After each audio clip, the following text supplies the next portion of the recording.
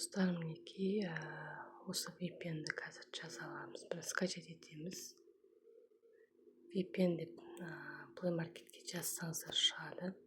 Дәл мен жазған VPN-ді, дәл мен скачать еткен VPN-ді алсаңыздар болады.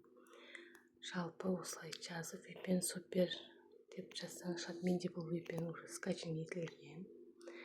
Скачать етіп қойғанмын. Дәл сіздер міне кілттің сурет тұрған